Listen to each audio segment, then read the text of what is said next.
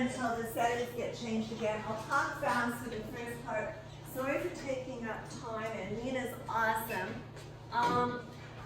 Chris asked me a question for people that just came in on whether or not you can reply to the discussion forum throughout the week, and I said yes, of course. And you can also reply to last week's. So if you want, I wouldn't let it go more than a couple of weeks. Okay, so look, we've got 3 people for sure presenting today. The 4th person, I didn't see the post, and although, so let me check the name, because that'll also determine how long I can talk. So is Tanat Khan in the class? Tanat Khan? Yeah, I didn't think so. There's someone who has Khan as a last name, but I'm saying first name. That means we've got 3 people. So I will talk, I can go a bit longer to make up for the lost setup time.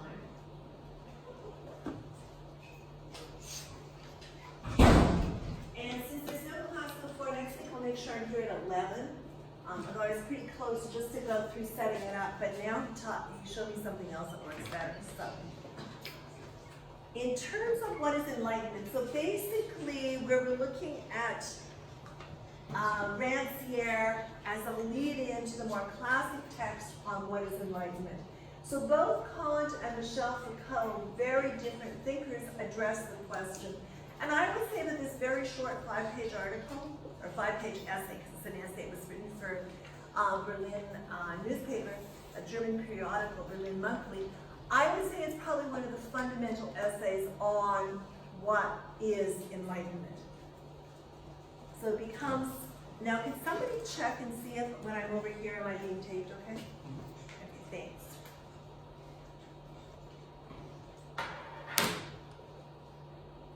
So and I really recommend, now the other thing, as you guys probably know, is that basically for your papers that you write for the course, you have to use 5 sources.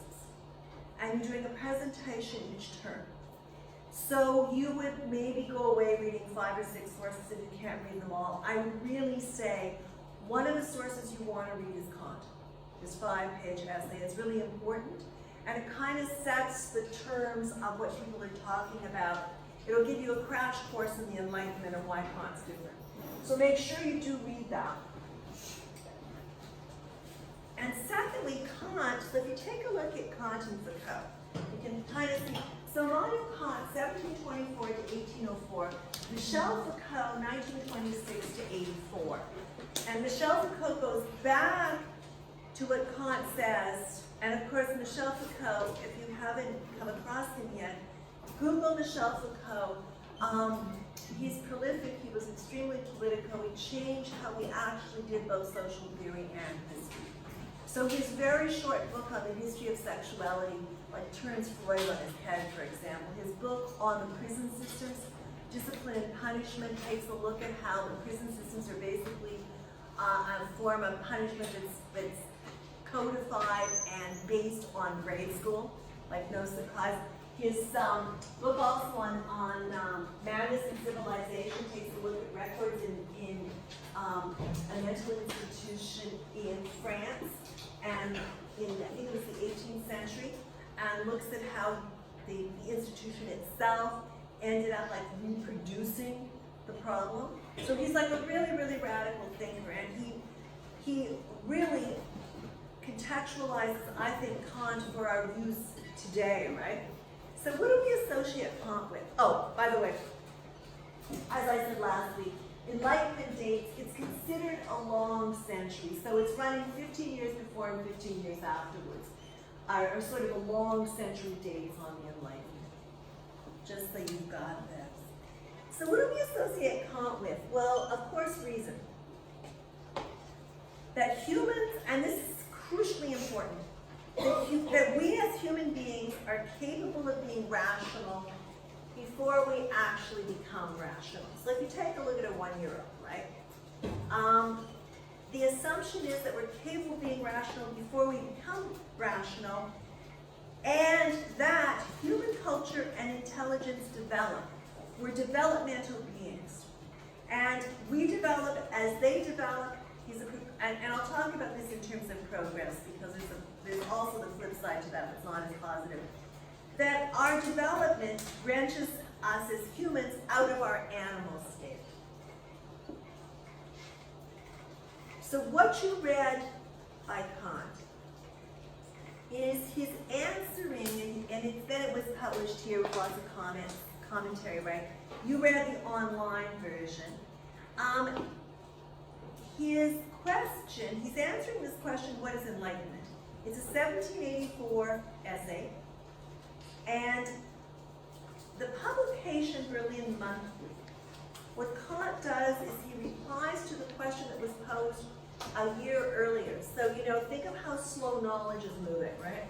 If somebody, I have a friend that if somebody poses a question on something he's put in like 5 minutes ago, he's got to respond right away, right? So, and many people are like that. So think of how slow knowledge was moving and how, in fact, he hadn't read somebody else's response. He responds a year later. So basically, the way Kant sees enlightenment is that it's the human being's emergence from self-incurred minority. That is, and this links up very nicely with Rancière. So enlightenment for Kant is the human being's emergence from a self-incurred minority, and minority is the inability to make use of one's own understanding without direction from another.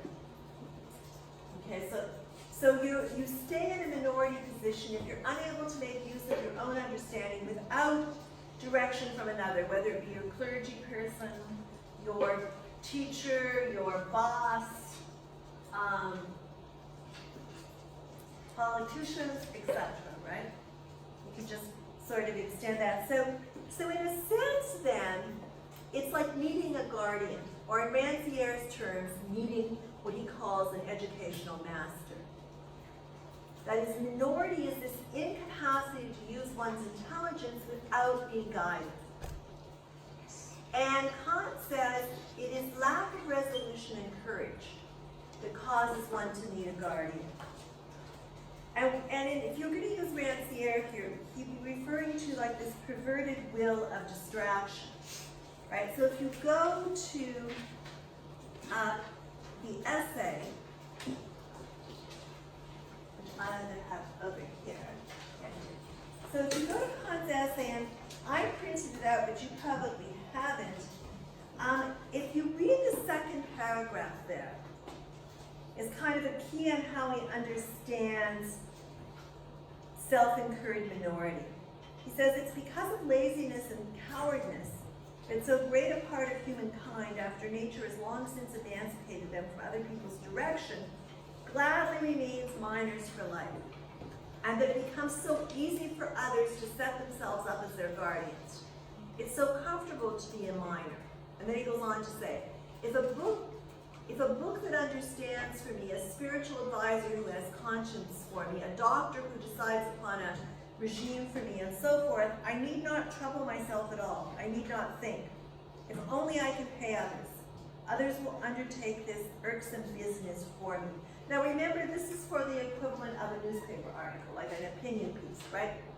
A magazine opinion piece, a periodical opinion piece. The model of the Enlightenment. Oh, and I'm just to go over that. Minority is self-incurred when its cause lies not in lack of understanding, but in what Kant says is lack of resolution and courage, that you can use it without direction from another. So it's okay if you don't understand, but what Kant is really trying to critique is this lack of courage to use your own understanding without direction from another. And he calls that self-incurred minority. So the model of the Enlightenment, of course, and it's a famous model, I'm going to go to it first. That is Sapere aude, dare to know. Sapere aude is dare to know, dare to use your own intelligence. So what is enlightenment? Well, if you look at this chart, it's basically the sort of overriding of traditions and superstitions with reason and logic.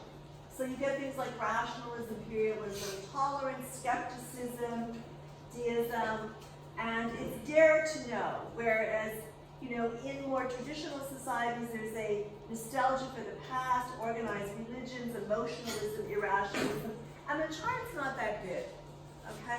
But just for a quick distinction of what's considered, not so much by Kant, though he wouldn't refute it, what's considered part of Enlightenment thought is this side.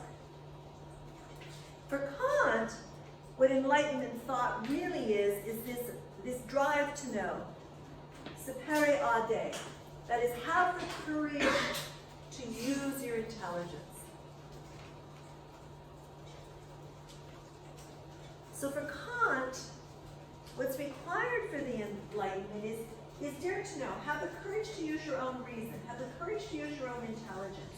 It's the motto of the Enlightenment.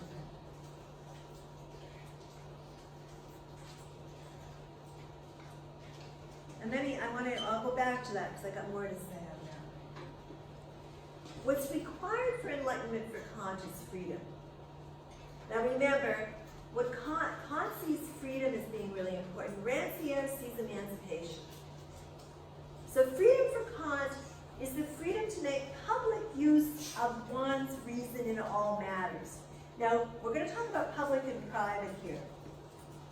So, and it's not how we intuitively understand public and private. In fact, it's kind of the opposite. So freedom for Kant is the freedom to make public use of one's reason in all that matters. That is, the public use of your reason must always be free. And I'll take you to the paragraph there. It can bring about, or it alone can bring about, enlightenment among human beings. The private use of one's reason is going to be narrowly restricted. It has to be narrowly restricted because you have to do your job. So it can be narrowly restricted without particularly hindering the process of enlightenment. So if you go to the bottom, it won't be the bottom, so if you go to paragraph 1, 2, 3, 4, 5, and you take a look, it's in paragraph 5, it's a fairly long paragraph, halfway down, he says, interestingly, but what sort of restrictions hinder, or what sort of restriction hinders enlightenment, and what sort doesn't? He says, I reply, the public use of reason has to be free. It is going to bring about enlightenment among human beings. The private use may be narrowly restricted without this particularly hindering the progress of enlightenment. Now, then he says, but by the public use of one's reason, I understand that use which someone makes of it as a scholar before the entire public of the world of readers. Okay, so as a scholar, so look, if, I was going to say that a really good example doesn't necessarily exist. I was going to say, let's go to something really simple. So, well, okay, so I was a Sunday school teacher, okay? And while I'm teaching Sunday school, it was a long time ago, while I'm teaching Sunday school, I'm teaching like the lessons for that day, right? I'm not critiquing them. However, then, as a scholar, if I want to say, okay, well, you know, a lot of the lessons, I mean, although they teach, you know, necessarily good things like respect and kindness for others, they also teach part of the problem of like not thinking for yourself, you know, institutional grievance, all of that. So as a public scholar, I can say that. But while I'm doing my job of teaching Sunday school, then I'm private, and I have to meet that. So that's a really minor example, which you'll find in most lecturers at York and everywhere. But York is interesting because we'll say we're doing it, okay? A lot of people bring their public, what they can say in public according to Kant, into their lecture and give it in as the private points of the thinker. So is that clear what I'm trying to say? Does anybody want to rephrase that so it sounds better? It's like part of your job is to teach something, right? So you should try, I really believe this, so you should try and teach what the thinker is saying without giving your own public critique of it. Okay, now I think it's important when you get to Schmidt or something to point out that he did craft, you know, the state of the exception for the Weimar Constitution that allowed Hitler to come to power. I think you need to say that. But I think you could also need to set out their thought, yes, yes. So I was just going to add, does it mean like the private use of one's reason happens within your head and you don't necessarily share it when it's necessary to keep it private, or? No, it's even more, it's more, okay, so that. Like keeping it to yourself. That's okay, but he's really flipping our understanding of private and public. He's saying, as a general, even if you disagree with the war, privately you get out there and fight it. Publicly, you can make the disagreement. Okay, so yeah, so your example, while true, falls into the actual opposite of that. So he's saying that as a private clergyman, you know, like whatever clergymen do, you listen to people's problems, you try and help them out. Even then, as a public intellectual, you can critique God. Yes? So I had a question. So he says that in order to be enlightened, you have to have freedom. But then at the same time, he divides what you can say into public and private. And absolutely, because he has to keep, it's a great question. Go ahead. Oh, and then I was just wondering, so if there is a public and private, one where you can speak freely and one where you're compelled to speak on something if it's your job, then therefore, would you not consider yourself not free because then you're like it's a good question. Forced? So he's really hitting hard on that, right? And he ends with that too. So, and he's really a supporter of Frederick the Great, right, in Prussia. So he's really saying that publicly you, as a tax collector, publicly you can critique the very necessity of taxes, but privately, because that's the job you're doing, you need to do it. And so, yes, that's a very good observation. I don't know the answer to that, but hold the observation because I think. Do you have an answer? I was thinking because I know that, like I know that he is not necessarily like a supporter of revolution. No. But would you say that he had this idea because he didn't want a revolution to take place in Germany or in Prussia? Do you think that's what he wanted to make order? That's interesting. See, I mean, Kant would think with Frederick the Great there was a level of a revolution because he changed it in more to a liberal secular democracy. That's a great observation there. I mean, if you just, and Nada, we'll go to you in a second. If you just take a look at that paragraph as he continues, right? He says, but by the public use of one's reason, I understand that use which someone makes of it as a scholar before the entire public world of readers, so you can be as critical as you want of the regime there. What I call the private use of reason is that which one may make of it in a certain civil post or office with which he's entrusted. Like, critique as much as, and he ends up saying towards the end of it, he says, critique as much as you want publicly, but while you're doing your job, whether it's military, like secular tax collector, administrator, then you have to do your job as a private citizen, as a private job. He says, then you continue, like this paragraph is really, really long, right? So then you continue on, and he said it would be ruinous if an officer receiving an order from his superiors wanted while on duty to engage openly in subtle reasoning about its appropriateness or utility. He must obey, but he cannot fairly be prevented as a scholar from making remarks about errors in the military service and from putting these before his public for appraisal. I think that one probably comes as close to what he's trying to say. He's saying, privately, if you've got an order, you have to do it. So you're saying, yes, that restricts your freedom to think, and you're right. But he says, publicly then, you can make remarks about errors in military service, and you can put these in the public for their appraisal, so then you say, okay, so you carried out a massacre, right? And then you head off to the public in your life, I saw this as being wrong, and these are the reasons that are wrong. So it leads for a real conflict there.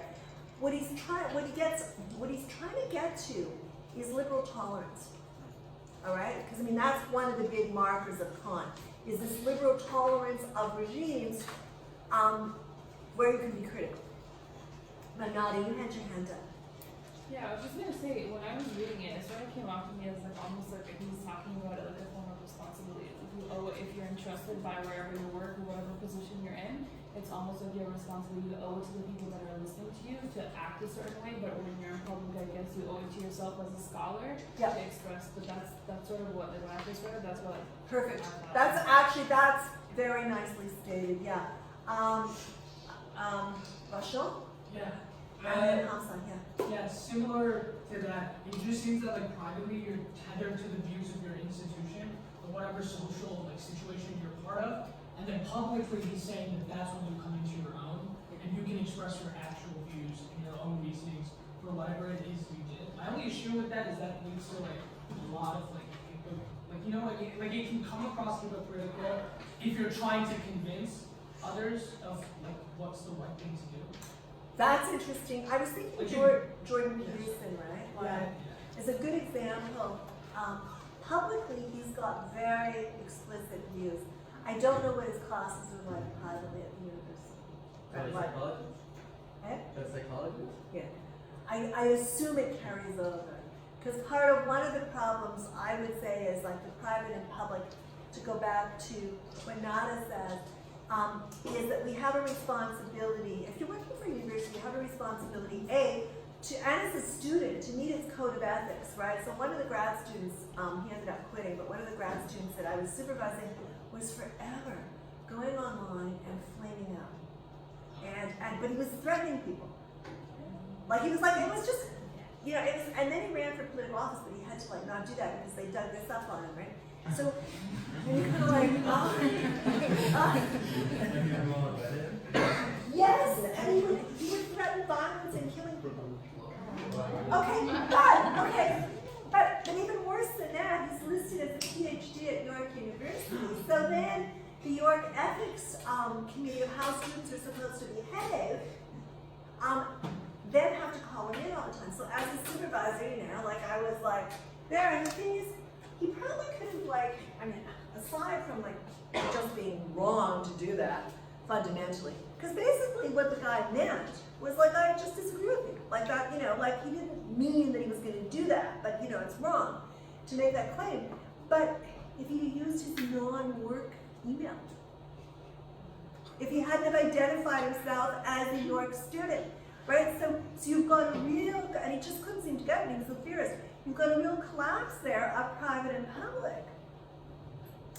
And he actually never heard anything, right? Like, I mean, it was a verbal speech thing. But, yeah, Hamza. So, private freedom is like being non-partisan? No, private freedom is basically doing your job. Go back to what Nada said. Okay, so Nada is basically like, okay, if you're a clergyman person, you have a certain job you do. Like today, you visit people, you help out poor people, you listen to people's problems, you're part social worker, part like, you know, aid worker, all of that, right? And you preach sermons. Hey, some of these people don't believe in God. But which is fine, because I mean, whatever. Believing in God didn't get us so far anyway, so that's fine, or different gods, whatever. But but the thing is, as the private person, you don't give your critique of like where religion is like. So it's still like being non-partisan. If you look at bureaucrats, they have to follow what the politicians say because the politician was elected, and even though they might be smarter, they still gotta follow. They are usually smart. Yeah. Like right now with Doug Ford's leadership, all these bureaucrats, they gotta follow the policy that he wants to implement, even though most of them are liberals and are against it. That's a good example, actually, and they can Or they're undermine gonna it at a end high up level. being whistleblowers and getting blacklisted for not being confidential. Okay, that's a good example. Yeah. I saw three other hands, and now I should get back to the lecture because I'm going to finish. I saw 4 hands. Okay, I think I saw a hand in the back. Who was it? Was it Chris or was it you? Was it you? It was me when I You okay? What's your first name? Jenny, okay. You had your hand up. What's your first name? Elle? I just have a question, but when he talks about scholars, is he talking about necessarily educated people? Like, I don't know. Kind of, because again, but go ahead, what's the rest of the question? He's talking about people, he's saying scholars and intellectuals, because his assumption is only scholars and intellectuals are going to be capable of probably doing that. Because remember, you know, there's a problem where people, majority of the people still don't read and write. So that's one of the reasons he's saying that. Now, you could be a self-taught intellectual. You could be a newspaper intellectual. But that's kind of why he's using that, I think. It's a good question, and a good observation. Did you have a response to that, or are you just going to tell her the same thing, or no? Oh, I was gonna ask for my tea, but I was like, pass my tea. sorry, just my notes, but thank you. I think, well, personally, when I was reading the reading, I kind of thought that he meant scholars, not necessarily in the sense of intellectuals, but anybody in general who kind of used their own reasoning in the public to enlighten other people. That's better, actually. Like Socrates. Yeah, well, yeah, Yeah, he's a you- major scholar. Yeah, that's better. That's a better take on that. And it's probably what he meant too, and then it gets kind of closed down, because it's more of a function of what we think of scholars and intellectuals, like self, which I like the asides. That was very funny. That's fine. Okay. Hold on. George? Zachariah, yeah, Zachariah. Yeah. And then Stephanie I've got. Okay. Okay, so I just wanted to respond to you. So there is an inherent contradiction there with the public and private, but Yeah. I think his intention is to kind of like, he's trying to mend the individual's own moral standard and kind of align it with a civil standard. So while there's that contradiction, I think for society to properly function and to be on the same page with one another individually, you have to fulfill these duties. For example, he gives the example of taxation. You know, there has to be a person that carries that role out, otherwise the state's not going to gain money. So critique as much as you want, but do your duty. Kind of goes back to Nadia's responsibility. Stephanie, and then, okay, we'll stop with Stephanie.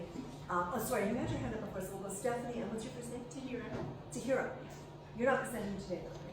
No, okay. Stephanie, Tahira, and then I'm going to continue with her. Okay, so just real quick, 'cause I think I am understanding the concept, and when we've looked at it at kind of like the higher up level, wouldn't you say, for instance, that it would apply to like any type of citizens? Like, let's say, for instance, like, and I know like this is super out there, and like maybe it doesn't even fit in, but like, let's say if I were going to like a job interview, and then they were to be like, oh, you go to New York, like, and then they made a joke about the strike.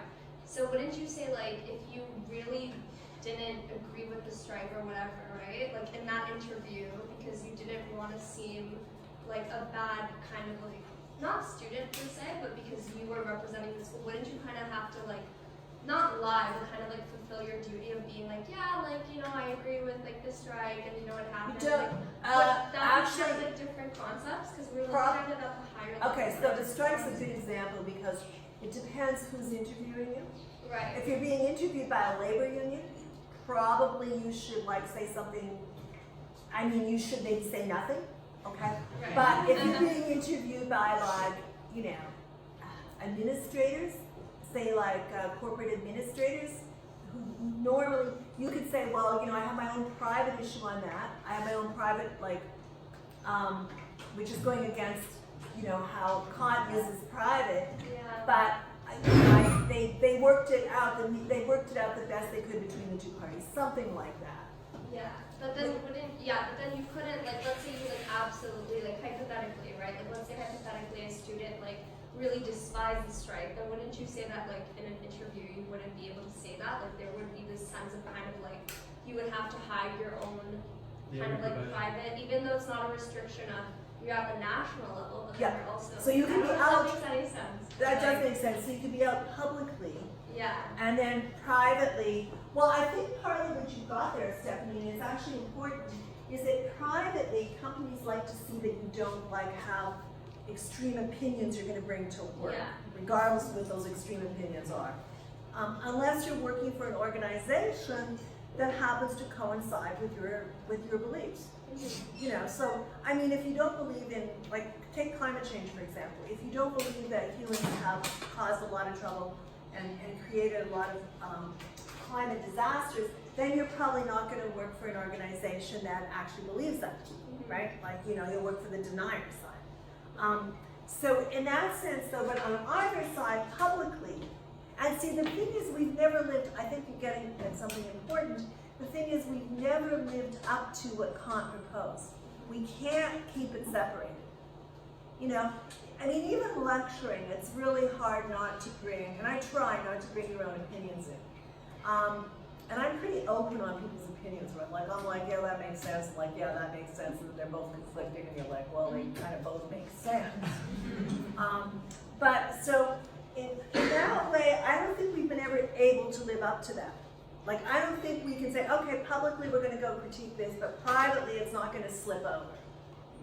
And it's a problem. I mean, it's a hard thing to do. Tahira?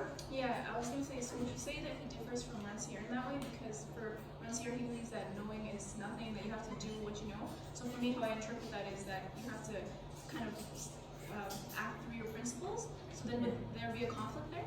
Or is that like... So the conflict is you are an anti-war believer, but you're a general. So that's interesting. I mean, so publicly you're like against war, but privately your job is as a general, which is not necessarily so contradictory because many generals keep war from happening. So that could work. But was that what you had in mind, or no? Well, I was more so wondering if it was just different from Rancière in the sense that, like, what you learn you have to put into action. For Rancière. Yeah. I'll tell you where he's different, actually, and you're right, he is different. Kant is really focusing on reason. Okay, he's like reason, religious tolerance he gets to, the distinction between private and public and private responsibility, the fact that we aren't using all our knowledge, that we prefer to be a self-incurred minority. That's all on the side of reason. Rancière, interestingly, and one of the reasons I like starting with him, is that he's focusing on emancipation. So you've got two, and I'm just going to grab the door. You've got two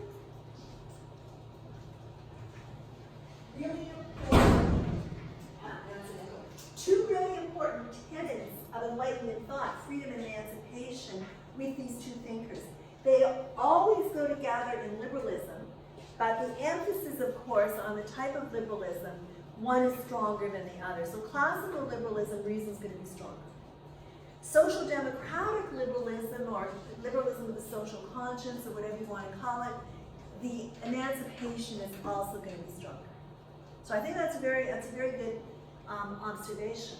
We're going to go to, because we've only got 3 people presenting, so we will go to about 1:15, 1:20 to make the lecture up, just so you know. So then, and we're on slide 8. Can you close the door, please? Yeah, it just gets noisy out there. So he has, and then also what's going to come under question is the idea of progress. Now, Kant has something really important on progress, and that is, he's got this progressive understanding of human nature. That is that it's our destiny, and he says, and I think this is really important, he says that one age can't bind and conspire to put the following age, or the next century, or the next epoch, into such a condition that it would be impossible for it to enlarge its cognitions and to purify them of errors, and generally to make further progress in the Enlightenment.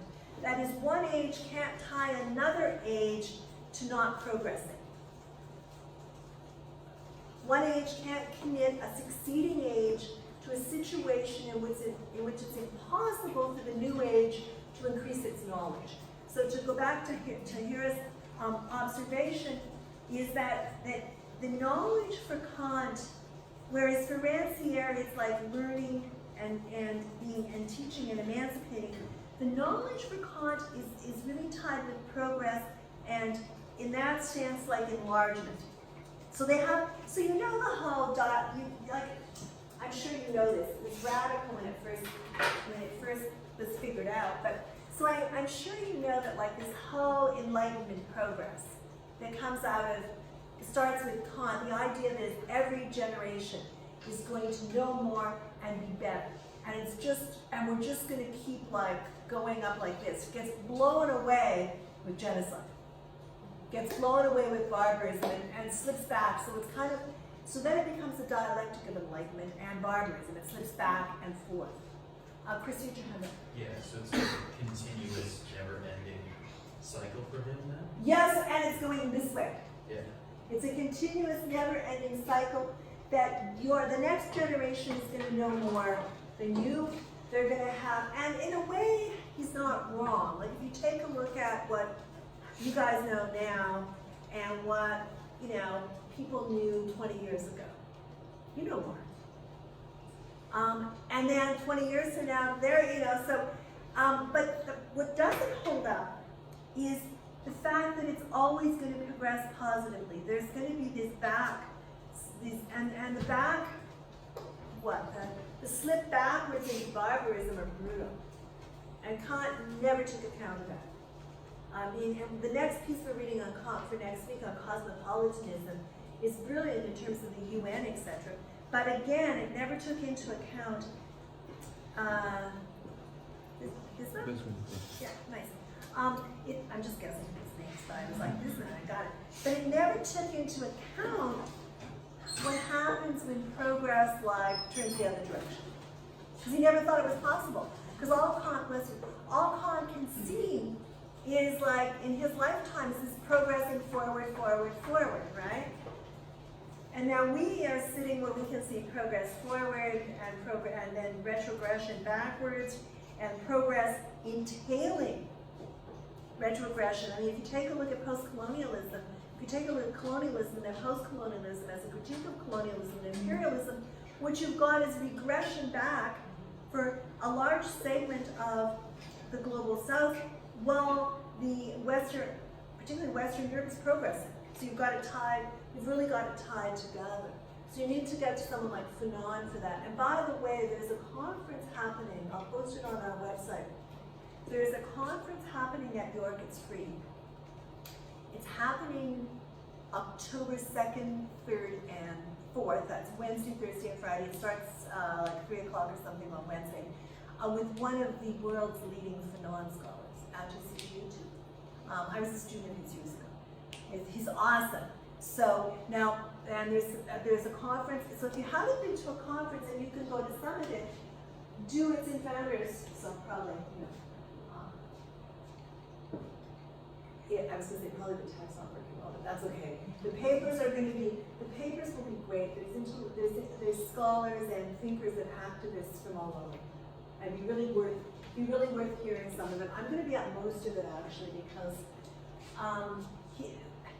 Atch's work, and he's got a new book up, but Atch's work on Fanon is incredible, and it's been a lifetime of sort of work on it, holding on to both universalism and particularism. So it's really worth going to, and I'll post that, and all you do is register yourself, and it's free.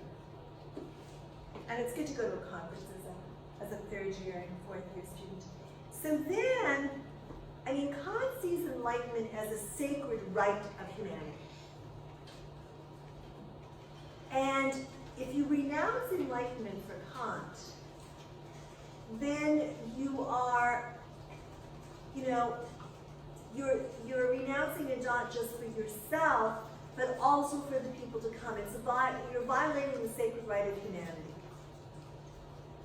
So then, if you take a look at the one age cannot bind, he sees, and I think this is really important, he sees the binding of a future generation to something that can't be changed as a crime. He calls it a crime against human nature. Because human nature's original, he says human nature's, and of course everyone talks about human nature, human nature's original vocation lies precisely in such progress. It's developmental, and succeeding generations are perfectly authorized, Kant says, to reject decisions that were made before them. So one of the things you see happening, and I think it's really important in terms of climate change activism, is that you see your generation and even younger generations reacting against previous generations tying us, you, them, to death and destruction of the planet, right? So you see that because for Kant, and Kant's very useful there, because for Kant it's not fair, okay? You can't tie policies that can't be changed and have future generations having to enact them. He also says if a people can't decide for itself, then even less than that should a monarch decide for them. For Kant, and it's idealistic, okay? But for Kant, but his heart's in the right place. Kant's heart's always in the right place, right? It's just that where he was living, you can only see so far. When it travels with Foucault, when Kant's theory travels with Foucault, it's got a bit of a different meaning. So then, the monarch for Kant is supposed to, quote, unite in the monarch's will the collective will of the people. He's got a Rousseauian understanding of the collective will of the people. That is, the monarch is to act for you, and you, to go back to what Nana said, are to do your duty as in the private. So he poses the question, and he poses this question in 1784, and the question is, he says, do we presently live in an enlightened age? And he says, no, we don't, but we live in the age of the Enlightenment. That is the age of reason. So you can see how for Kant, given that one of his key concepts is reason, how the Enlightenment, what he understands by the Enlightenment is really, the foundation of that is reason. So he says that in the age of enlightenment, hindrances to universal enlightenment or to humankind's emergence from its self-incurred minority are becoming fewer. He says that one of the things that he knows is the age of enlightenment because hindrances, prohibitions to universal enlightenment or to humankind's emergences from its self-incurred minority are becoming fewer. Now he praises Frederick the Great. He praises Frederick the Great, of course, who was Emperor of Prussia from the 40s, 1740 to 1786. He also was trying to stay in good with him. Okay? So he says he sees Frederick the Great as the man who first freed humankind of minority as far as the government's concerned and permitted everyone to use their own reason in all matters of conscience and religion. Now that's a big thing. You can only use your own reason in government, conscience, and religion. So if you read then where it says, I was trying to get you, it's the paragraph that starts with a prince.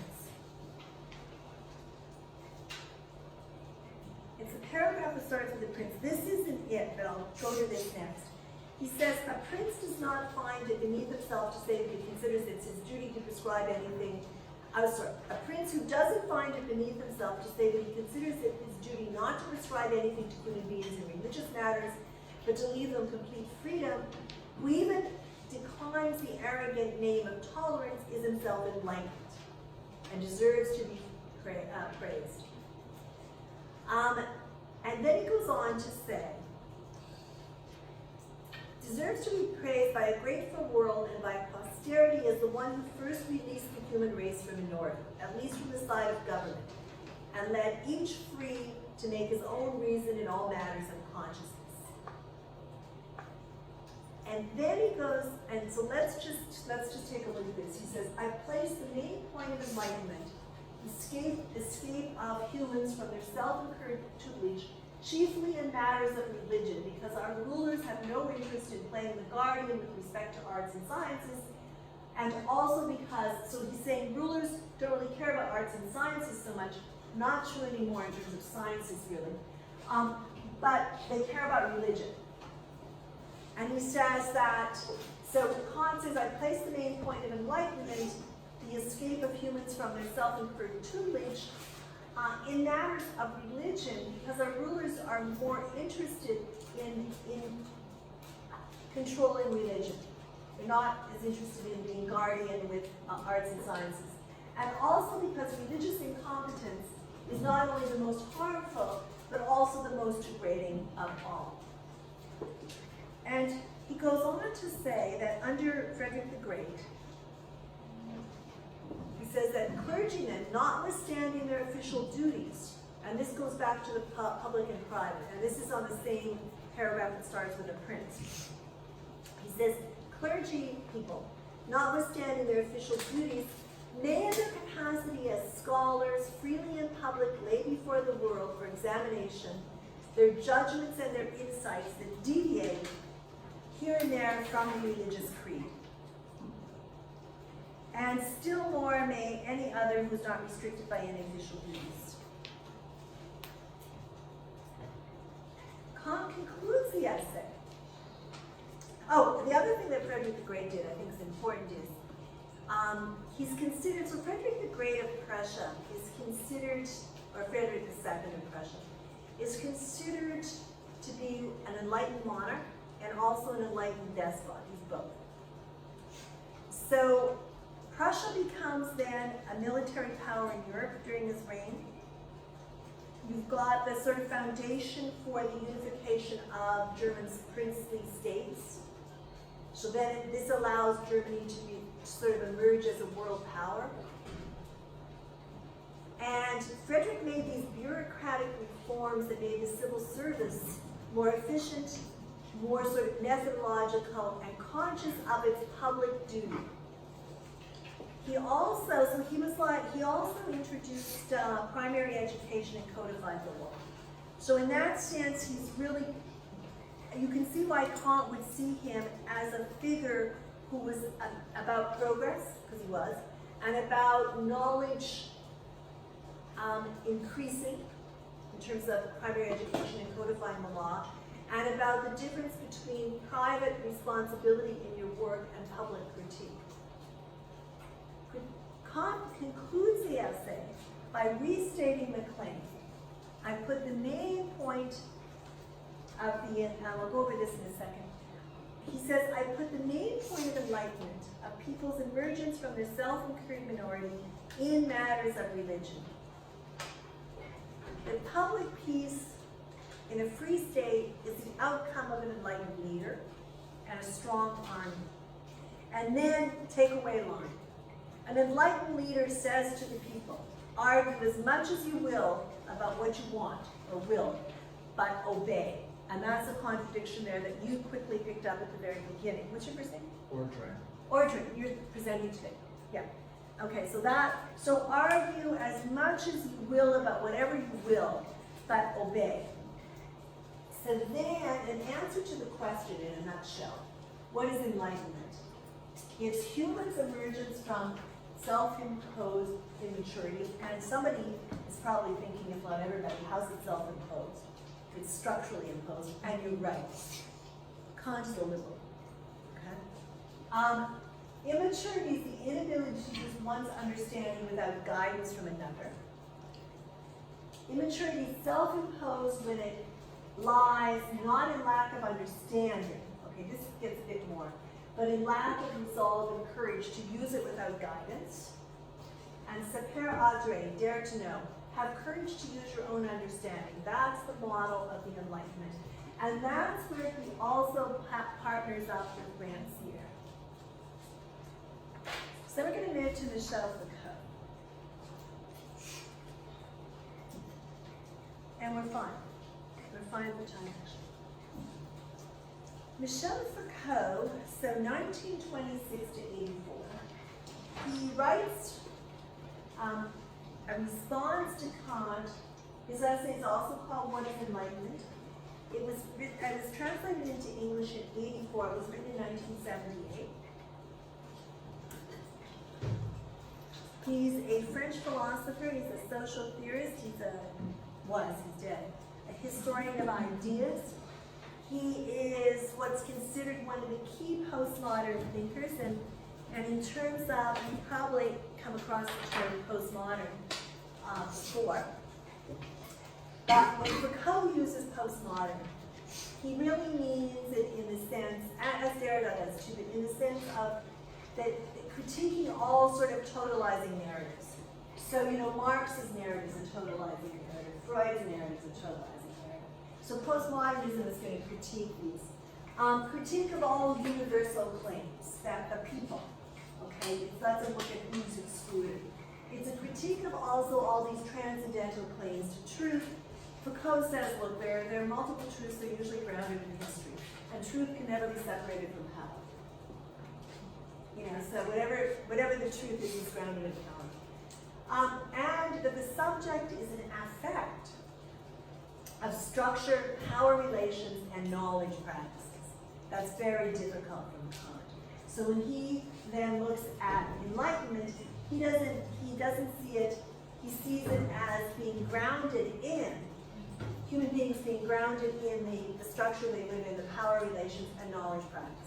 So Foucault is very interesting because, yes, he's influenced by Marx, yes, he's influenced by Heidegger, he's influenced by post-structuralism, he influences post-structuralism, he's influenced by existentialism, like he's a true intellectual, also very, sort of very radical. He's out as queer, but he's also at many demonstrations, etc. So Foucault just kind of like,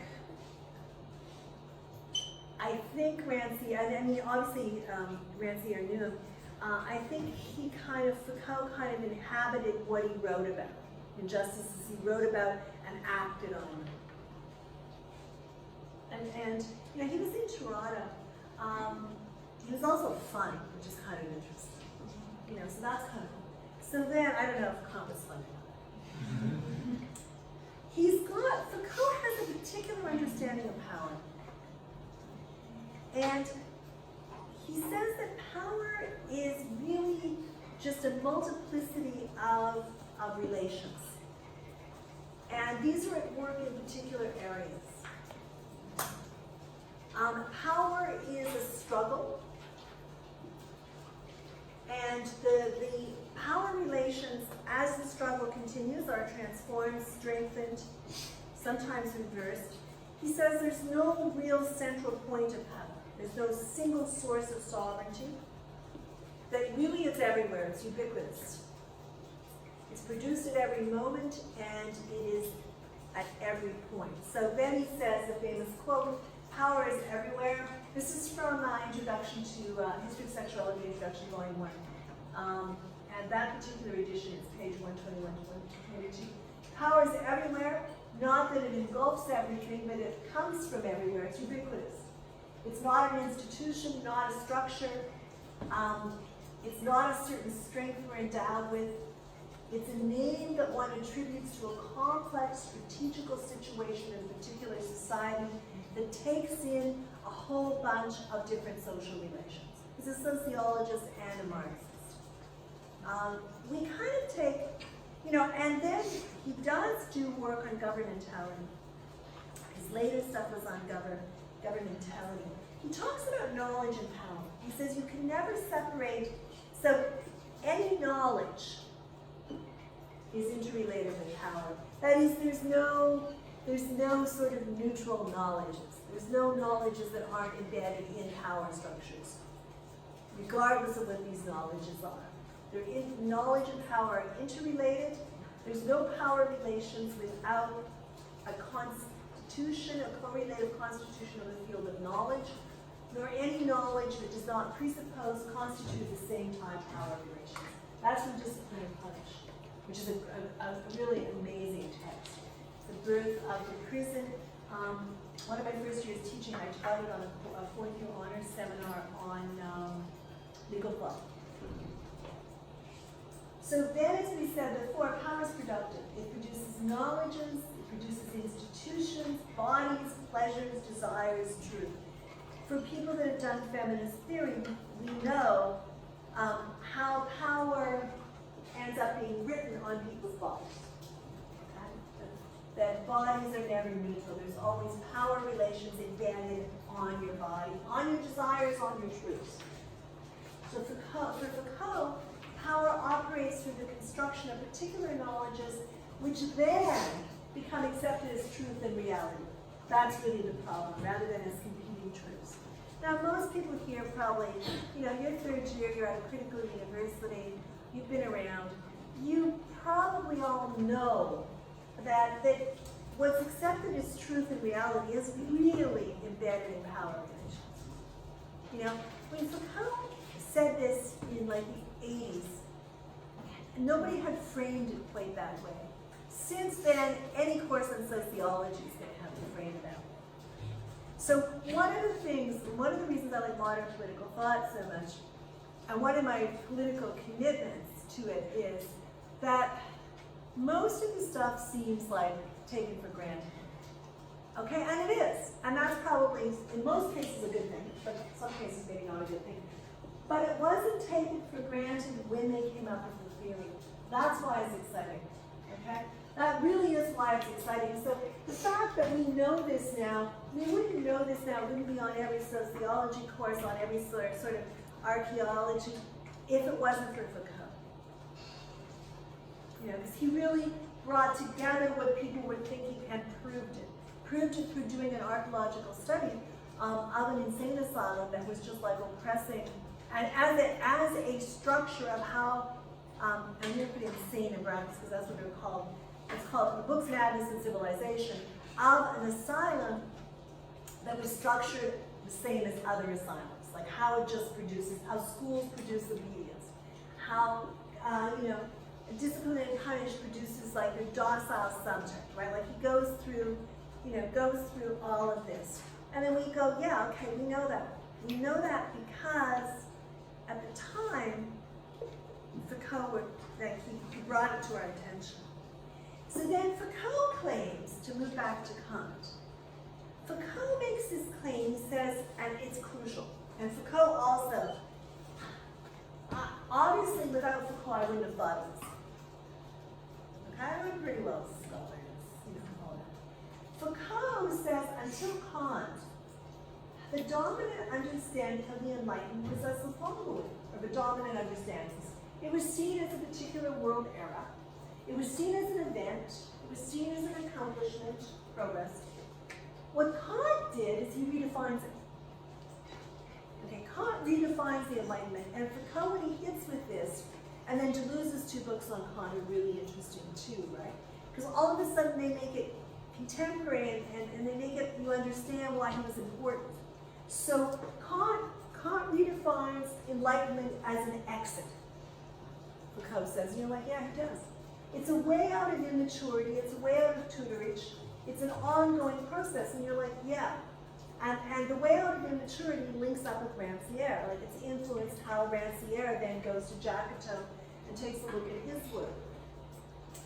It releases humanity from immaturity, and it's an obligation. We're obligated to future generations not to obligate them to all our rules. It's a task. Foucault then makes it collective. So some of the criticisms that people were offering, it's like on Rancière and offering on Kant, he says, dare to be wise, dare to know is a collective process. And it's also a personal act of courage. So Kant did this, he did all of this. Which then, when you look at his very short essay, you're like, yeah, he did. So the Enlightenment, Foucault says, which is why power knowledge is important, he says, the Enlightenment, which is based on progress, discovered that liberties also invented the disciplines. That with freedom comes like rigid disciplines, right? So the liberties, the freedom, also brings you the disciplines. We're saying it's both there. Now, for people that have read Kant, and it's not assumed that you have, that his understanding of the Enlightenment is influenced by his 3 critiques. So critique of pure reason, critique of practical reason, and critique of judgment. We do the critique of judgment on aesthetics, that section in my graduate class. The Enlightenment is that moment when humanity uses its own reason. That is, that really there's critique. And Foucault argues that Kant's text is located at the crossroads of both a critical reflection and a reflection on history. He says that Kant's point of departure is not just reason, okay? His point of departure is what he calls an attitude of modernity rather than a period. So then Foucault takes a look at Charles Baudelaire, 1821 to 1867. If you haven't looked at Baudelaire's poetry, it's interesting.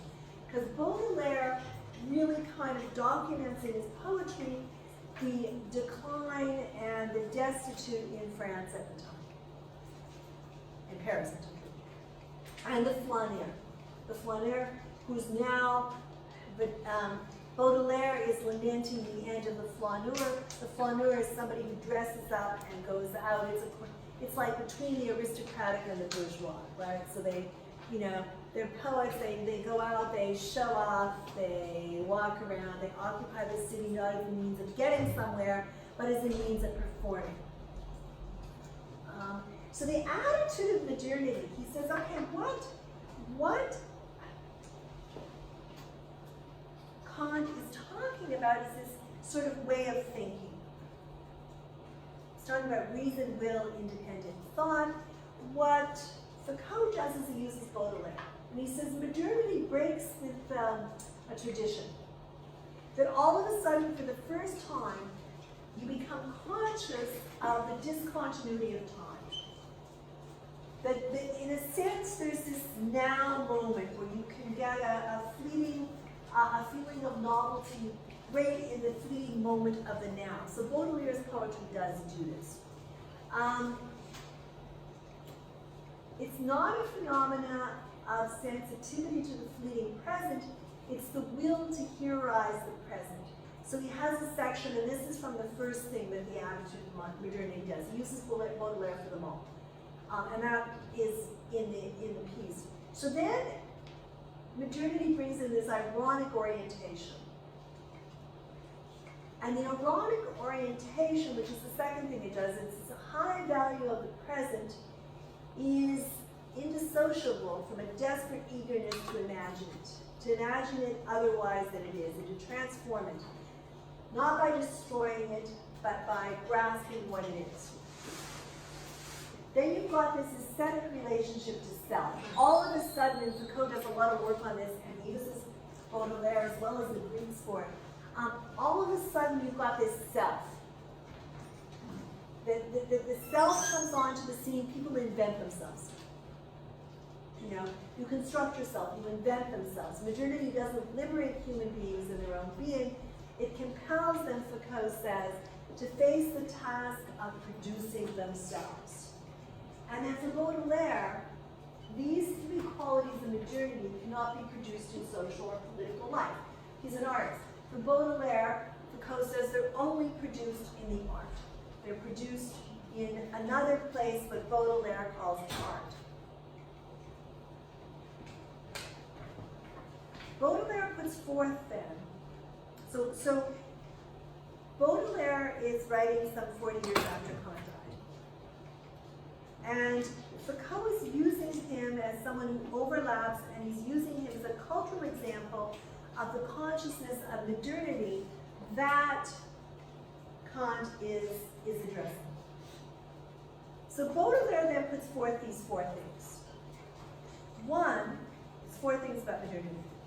The modernity really brings with it a consciousness of discontinuity. You're breaking with the old. You've moved into the urban setting. You're no longer rural identified. You're breaking with tradition. You're breaking with religious tradition. There's this fleeting moment of the now. Things are contingent. The present moment is seen as being like the most important, what Baudelaire calls the heroization of the present moment. You have vertigo, because all of a sudden everything you believed in is all messed up. The second one is this flaneur, and Baudelaire sees himself as a flaneur. That is somebody who idly strolls around looking, filling up their eyes with memories. It's like the poet. Well, the flaneur is replaced by the person of purpose.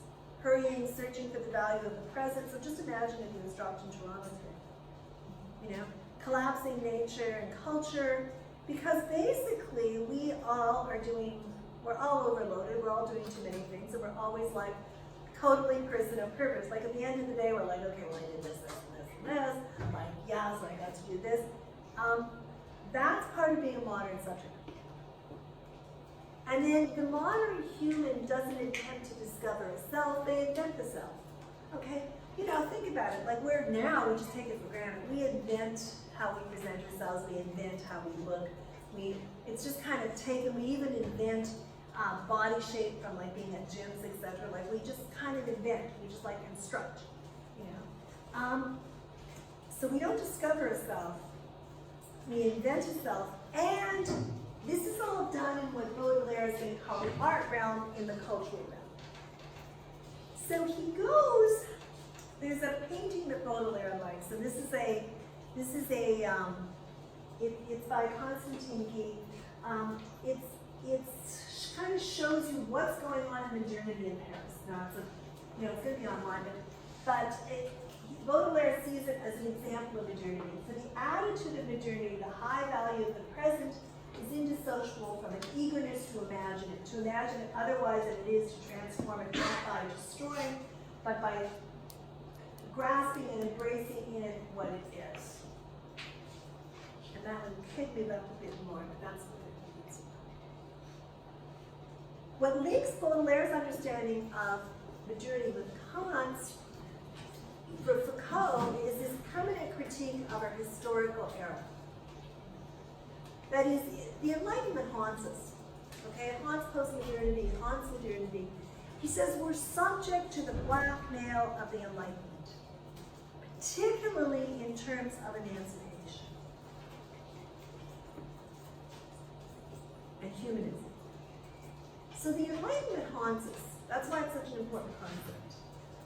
And what he's referring to in this is to the political, economic, social, institutional, and culture that defines modernity and the truth that comes out of it. The truth that comes out of it is sort of the blackmail.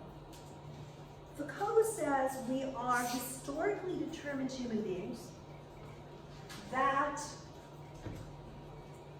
are determined by the Enlightenment. We're still reacting to the discourse of the Enlightenment.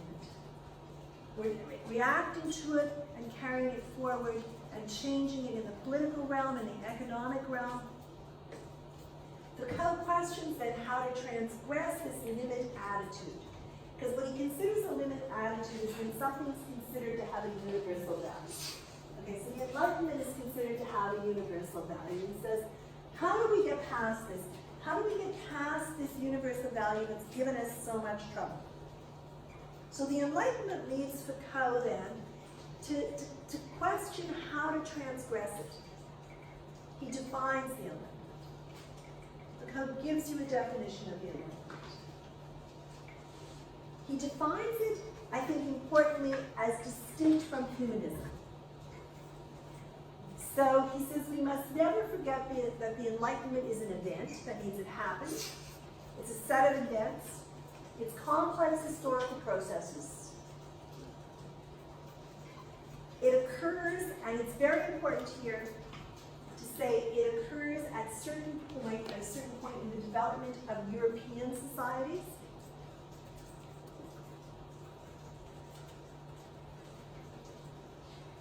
It includes elements of social transformation, types of political institution, forms of knowledge. I would say projects of rationalization of knowledge and practices, technology. It goes together with the economic, and it stands as imperialism. I would add to that. There's no way you can separate Enlightenment that happens in Western Europe from their imperialist economic, political, and social grab, basically. Now, humanism is different. And humanism is tricky. There's a real problem, and people have done PhD theses on the assumptions that are embedded in humanism. And then when we get to Fanon talks about European humanism and American humanism, what's embedded there. What Foucault is saying is that humanism is a set of themes that reappear over time in European societies. They're used to justify things. It's used to justify things. They're tied always to value judgments. It's never neutral. These value judgments have varied greatly in their content and the values that end up being preserved. And then he goes on to say, in the 17th century, there was a humanism that presented itself as a critique of religion. That was Kant was using that. In the 19th century, you've got a humanism that's kind of hostile to science. And then there was another humanism that was hopeful towards science. The 19th and 20th century gets very interesting. So Marx is a humanism. Marxism is a humanism. Existentialism is a humanism. At one point, National Socialism and Stalinists would consider themselves humanists. So you can see, and then we would see it, we're officially seen in liberal democracies with liberal humanists, right? You see how humanism gets tied to all different power knowledge systems, all different value judgments. And that then it gets tied with the Enlightenment, and Foucault saying, well, we need to separate those. We need to separate our understanding of the Enlightenment and of humanism. What he proposes is, he says that we need a historical investigation. Before we do that, I want to say that he says, look, there's three axes of power. There are three axes coming out of the Enlightenment. One is knowledge, one is power, the other is ethics.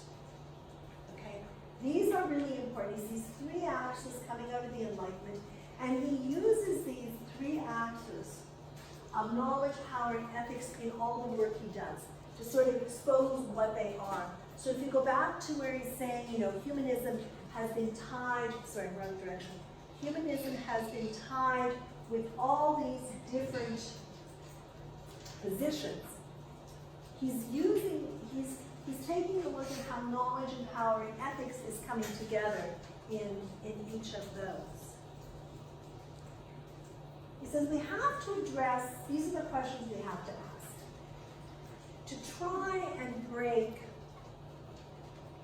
the hold of the Enlightenment. We have to ask the following question. That, one, how are we constituted as subjects of our own knowledge? How are we constituted or made as subjects who exercise or submit to power relations? And how are we constituted as moral subjects of our own actions? So he's mapping these onto the three questions we need to ask if we're going to try and understand what's happened with the Enlightenment. Because the great promise, so he's saying we have to do this archaeological work. That we have to take a look at the structure of knowledge. And we have to relate this to historical events. So the great promise of the 18th century was the growth of the individual and the individual in control over things. Remember, the whole idea was that you can control everything as a human, you're going to know everything, and then it goes on to you can control others. So he sees these three axes coming out of the Enlightenment as crucial to be aware of and to use when you ask these questions, when you derive the questions in that task.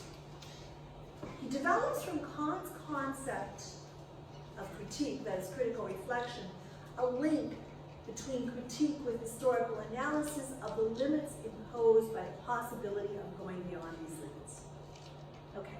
He proposes then that he's going to develop, that we need to develop what he calls a critical ontology of ourselves.